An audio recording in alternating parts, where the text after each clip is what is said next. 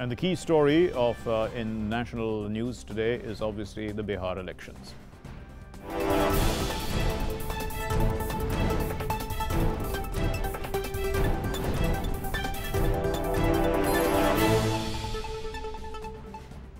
So in Bihar, the notification for the third phase of the State Assembly elections was issued today, and this is for 78 constituencies. They are spread over 15 districts.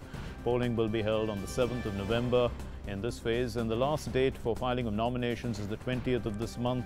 The scrutiny will take place the next day. The last date for withdrawal of the candidature will be the 23rd of October. So this notification was also issued for a by-poll of the Valmiki Nagar Lok Sabha constituency. The electorate can exercise their rights of franchise both for the assembly poll and the parliamentary by-poll of Valmiki Nagar constituency.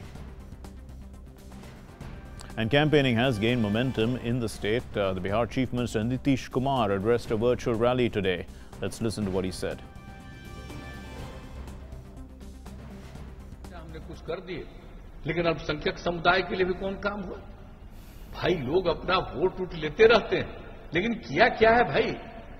अल्पसंख्यक समुदाय के लिए कोई किया है? हम पूछना चाहते हैं, जो भागलपुर में दंगा हुआ था, 89-90 की बात है, किसी ने कुछ कर किया था?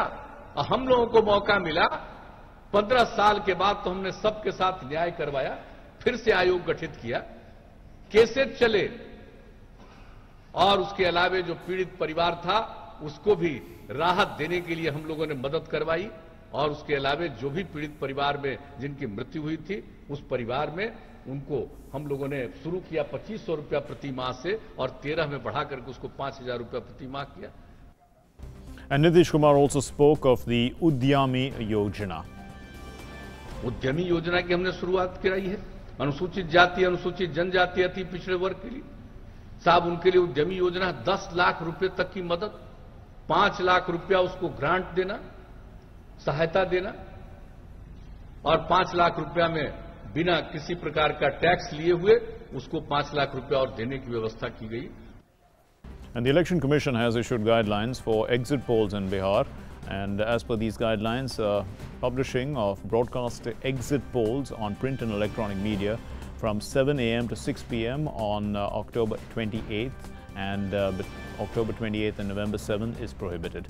So it's between these periods of time, it's prohibited. The Commission was warned concerning parties in this regard, and he said that, and the Election Commission has said that punitive action will be taken, including a 48-hour ban on news channels which are violating these rules.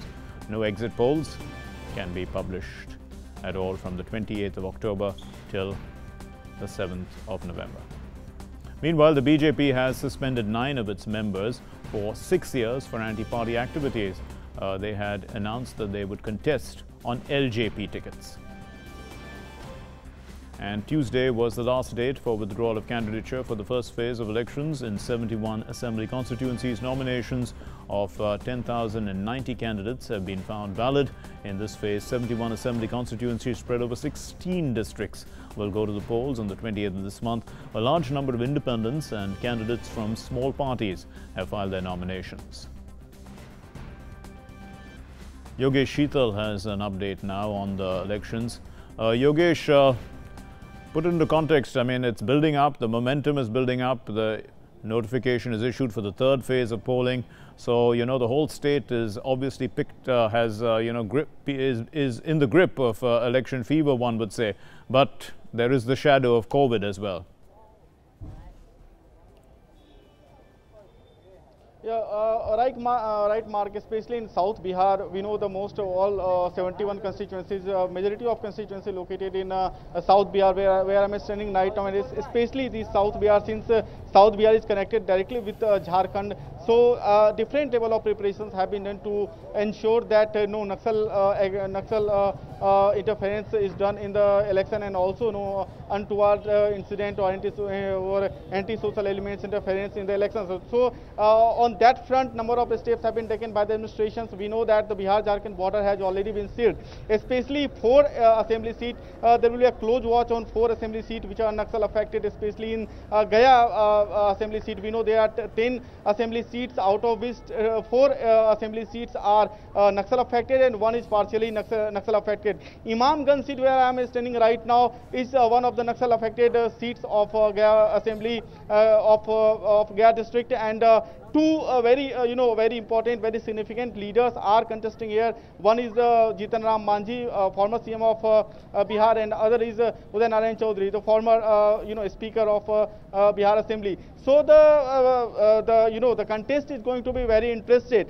And as far as other things, let me tell you that keeping the in view of COVID-19 pandemic, the situations which are prevailing in the city, we know that number of steps have been taken on that front also, like 80+ people, and also Imamganj, they have been given an alternate to cast their votes through ballot papers, to ensure that just they don't need to come out to cast their votes. They are secure in their home, and to ensure the transparency, the election commissions have already made certain arrangements like videography, like visiting the staffs with PPE kits. And apart from that, if a person, if a voter is found COVID suspect while going through thermal screening at the voting booth, then they will also there is a separate window. There is a 1-hour window for those people, those voters who are suspected of COVID-19, and to assist those voters, there will be a separate team. There will be a separate team equipped with PPE kits, so they will assist that team. Apart from that, we know that 71 constituencies are definitely very important, because all the majority of them are from south Bihar, and there are number of issues. Now coming to the agenda, coming to the issue that different candidates are going to the people with. Now the main issue is, as you have also underlining the Nitish Kumar's statement. See, the main issue is the basic things, the electricity, roads, infrastructure things. But corruption is also one of the issues. When we had word with some local people, they are saying that corruption is also issue, because things have been shifted to online mode, but digital mode. But they are not. Some people, and especially in interior part of Bihar, people are not very educated to use these facilities. So they want some alternate things. So these are the basic things that people want from their candidates, and it is expected. It remains to be seen that how the candidates basically deal with it.